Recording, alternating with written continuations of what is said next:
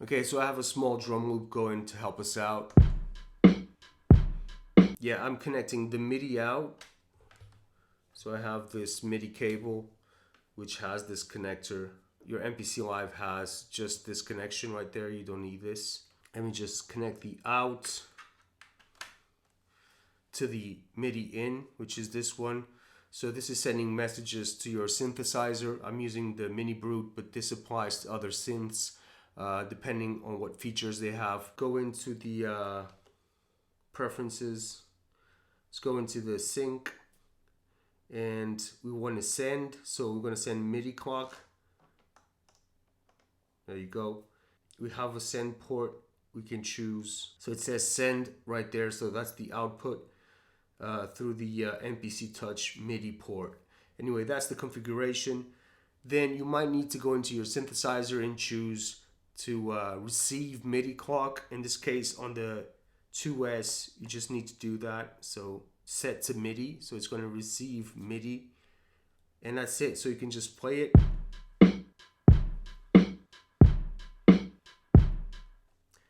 And it's going to synchronize to the BPM. So if you change the BPM, it's going to change. I'm at 137 now. So this is my output, and I'm connecting it into the left input of my Mpc Touch. Now I can just go into the sampler, choose just the input 1.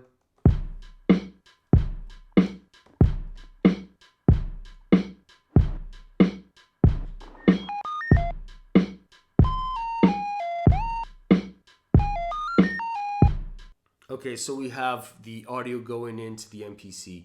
I prefer to use the sampler than to use the audio tracks. I'm going to explain why. If you go into the audio tracks, so audio, open up that little icon, press on the record, input number 1. Turn the monitor on.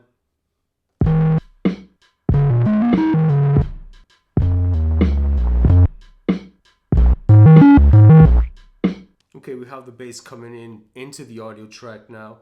So one way of recording audio into the MPC would be this way. Let's go into the edit audio so we can see the waveform. We can just record straight away. Once the track is armed, press the record, play start.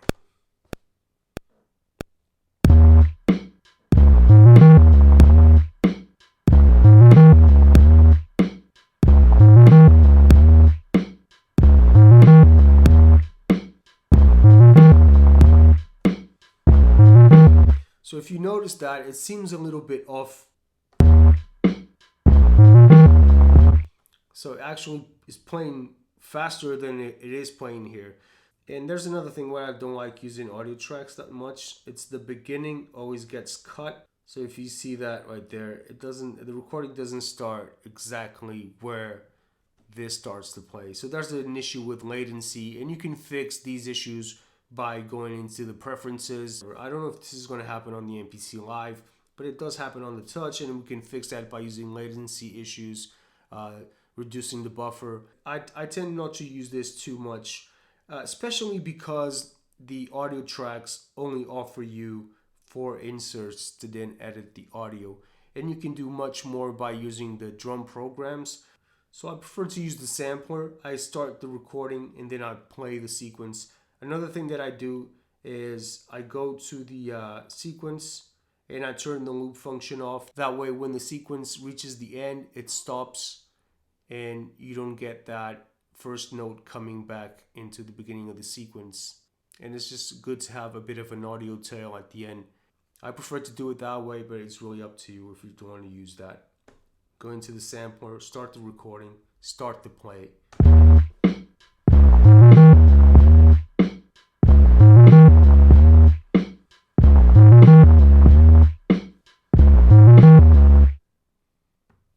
Okay, so the sequence stopped, you stop the recording. You can name this whatever you want, doesn't really matter, bass, do it. And now I go straight into the edit, so I can edit the sound.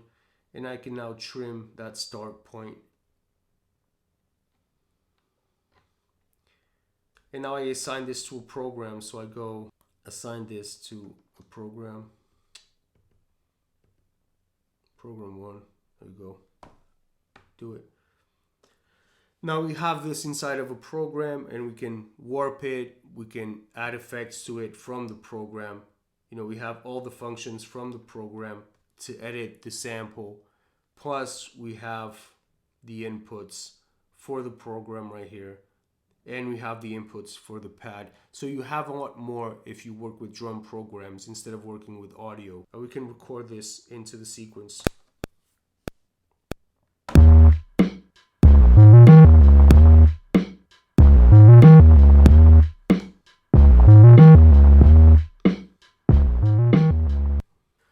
So another thing is that you can write the MIDI right here. You don't need to have the MIDI written on your sequencer. In case your synthesizer doesn't have a step sequencer, that's okay. You can write the MIDI right here.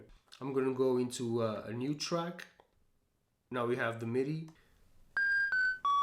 Now you can play this, right? You can play it. Obviously you can't make chords because this is a monophonic synth, but you can play and you can record into the MPC. Now the cool thing about this is because in this case the Mini Brute, it always records quantized. Okay, and if you don't want to record quantized, you can take the quantization off and just record freely. Just press record and then play.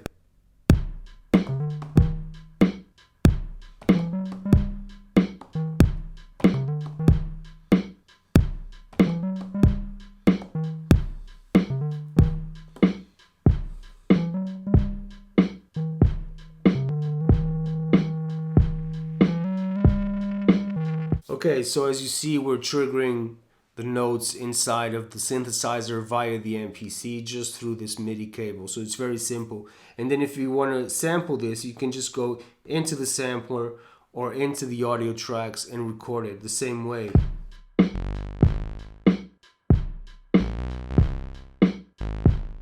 Stop the recording, choose a pad, choose a program.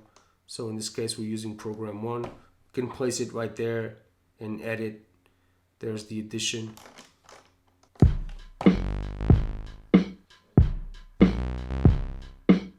It's simple enough. You just make sure that you're better than me at keeping things in tempo. I'm always off tempo. And then you can record several loops and have it inside the same program if you want, and use mute groups to mute some samples and don't mute some other samples. Also, if you go inside of the MIDI tracks program edit, you see that you have a lot of CC information that you can work with. Okay, now you don't have that available with this synthesizer, but you have available on other synthesizers which are digital and can receive the messages from this MIDI program into the synthesizer, like the Digitone and some other synthesizers that are digital. They will receive the information that's written right here. Okay, so if you have something written in the MIDI track like we have here, you can use the program edit within the MIDI track and use these functions to change the parameters here. And you can automate these. You can also create key group programs with the MPC. If you don't know what key groups are, go and check my videos on key groups. Basically, you can sample a note, and this is interesting because this is a monophonic synth, but I can sample a note from this and then play it polyphonically within the MPC, and that's done within the sampler. Then you have this icon which you tap, and then you just press, you choose some of these parameters. You can see that within my videos how to create a key group this way, and what you do is just press do it and it's going to sample from this machine. Okay, so just press do it here and you can start listening to the notes that are being sampled.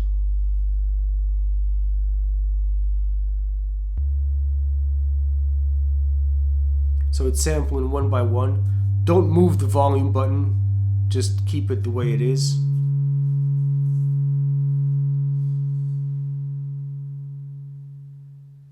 So it created a key group. We can go here to a new track, go here, and you can see that it created auto sampled.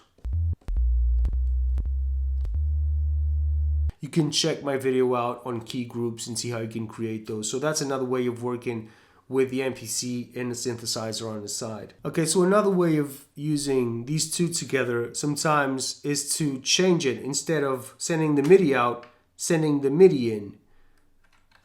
Okay, so I'm swapping the inputs and outs here and also here. So I'm taking the in, and now I'm going to be sending MIDI out to the MPC. So this is cool because sometimes the synthesizers have a built-in sequencer that you can take advantage of here on the MPC. Take that to internal. I'm not going to be receiving any MIDI information. I'm going to be sending. So in this case, that's all I need to do. It depends on the synthesizer you have. I have to go into the preferences here and turn the outputs into inputs. So synchronize, receive, on, MIDI clock, off. Don't have them both turned on because you're going to get some MIDI feedback, which means it's going to conflict. It's not going to produce any feedback sound. What it does is that just there's going to be conflicting information on the MIDI. So we're not going to be sending anything. I'm going to go into the preferences on my computer to make sure everything's okay. So I just connected my MIDI touch input and I'm going to be receiving notes. So you can turn the volume off. We don't need to listen to anything. In this case, we're triggering the kick and we can start recording straight away. So let's go.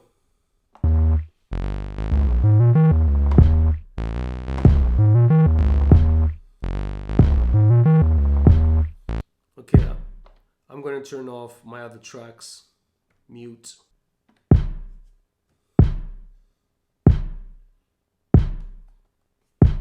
Okay, so we recorded the kicks. We're going to record now the, let's go into, there's the snare.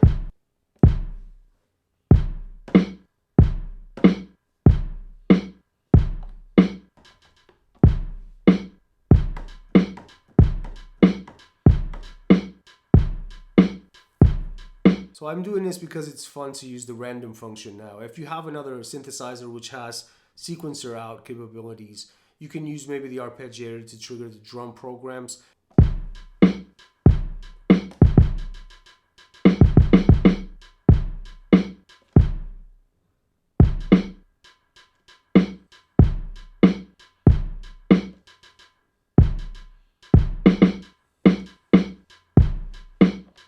Now, if you hear this just here without any samples, it doesn't sound like much, but if you drop some samples over this, you'll get that boom bap feeling, which is really good. Okay, so I'm just going to have some fun with this technique now.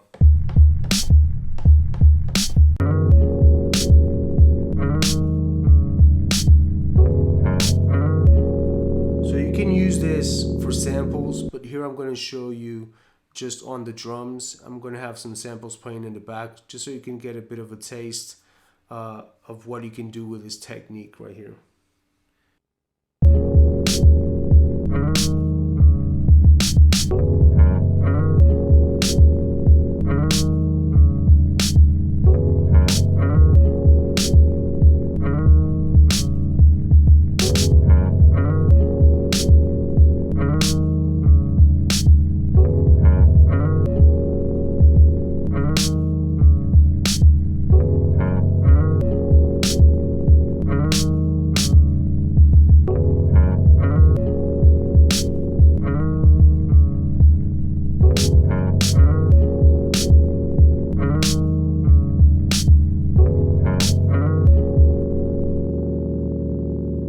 And this is a great way just for you to record some drums into the MPC if you have a step sequencer like this. So just press on the record and do it.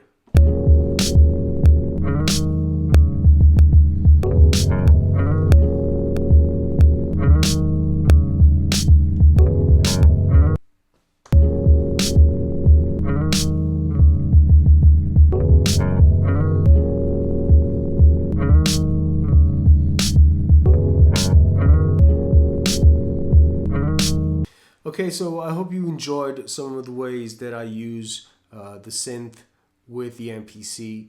That's it, guys. Thank you so much for watching the video. If you have any questions for next Monday tips, please write them in the comment section below. Thank you, and I'll see you on the next video.